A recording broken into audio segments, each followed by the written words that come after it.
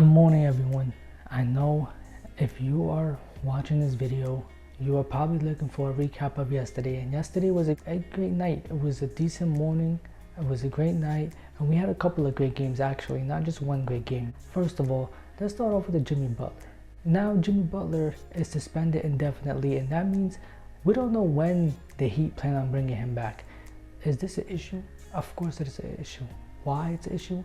Because what is going to happen moving forward? And I told y'all this was going to happen. I told you guys, I literally said it's going to be like the Ben Simmons situation, and watch, there's going to be something to talk about. He had a water bottle in his pocket during practice. He had a jersey in his pocket. He doesn't want to shoot this, that, and the third. And it really is because they're trying to start somebody over him, which he thinks that person shouldn't be starting over him. And if I'm Jimmy Butler, I also think that person should not be starting over me. And why? Because of the simple fact that, bro, y'all know what I bring to the table. Y'all know what I've done in the past. Y'all know I can still do that at a very high level. I know we're not seeing eye to eye right now, but y'all not about to sit here and violate and think that I'm not gonna start and I can't start no more. We're not doing that. That's terrible, right?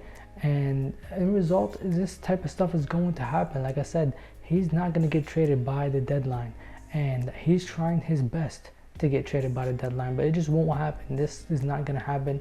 The Heat won't allow it to happen. I promise you it's not going to happen.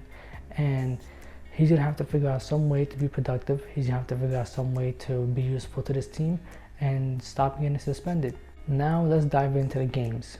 Now the games yesterday, well, a couple hours ago, were amazing. First of all, let's start off with the Knicks and Grizzlies game. Now, this game was over in the first quarter. Like, literally the opening, 20 minutes of the first quarter. And I mean 20 minutes because it include all the timeouts and commercial time, blah, blah, blah, blah. This game was over. And why? Because the Grizzlies turned over the ball so much. And not only did they turn over the ball so much, the Knicks capitalized off of those turnovers. And they are the fifth best team of scoring off of turnovers, and yesterday was no different. The Grizzlies had 11 turnovers in the first half alone, and the Knicks took control. They did not allow the Grizzlies to fight back, none of that. There was one time where they went on a run and fought back in the first quarter, and after that it was over. They had no chance. The Knicks smoked them in the first quarter, which I was not expecting to happen. I thought this game was going to be a great game. I thought it was going to go to one play, two plays at the end, but that's not what happened. Ja Morant was absolutely not useful this game, and it was embarrassing.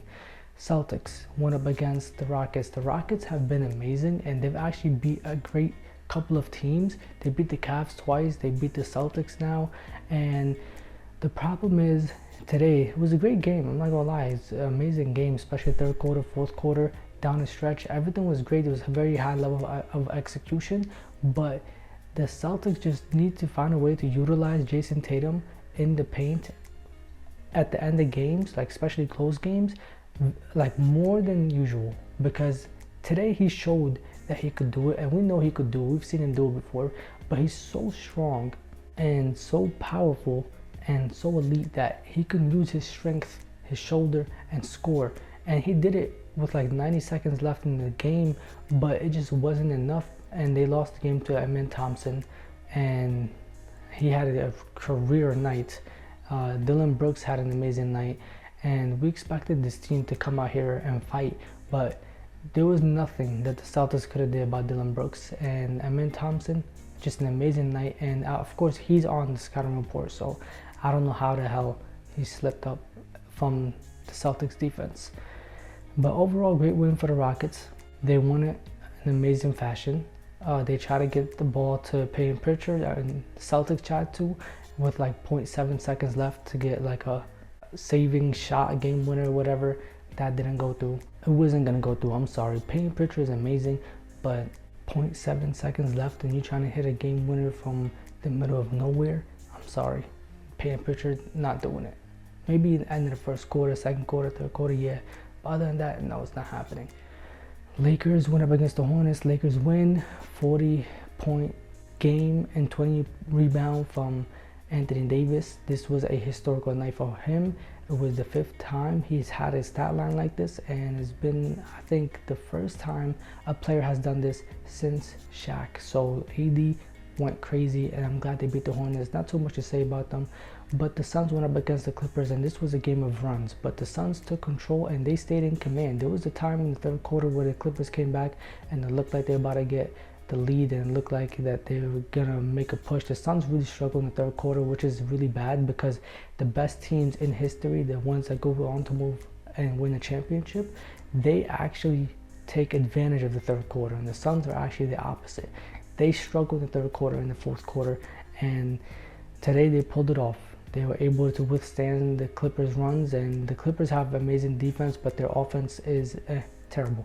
But the Clippers really kind of just allowed the Suns to do whatever they want offensively. I mean, I'm not gonna lie, like, credit the Suns offense, but at the same time the Clippers defense, in my opinion, wasn't really what it should be. And then offensively, like I said, the Clippers just weren't there. Like, it was just a bad offensive performance from the Clippers. Devin Booker, 26. KD went crazy. He also injured his finger, but still kept going and scoring. And overall, the Suns pulled it off, and thankfully they did, because, man, 24 and 21 sounds amazing, but 23 and 22 sounds depressing. And so I'm happy they pulled this off, and hopefully they continue to play great moving forward. But anyways, guys, thank you so much for coming out to the locker room. Like, comment, subscribe, and share. I'm sorry for talking low. Everybody's sleeping. I'm in college. I'm in the dorm. Thank you. Safety.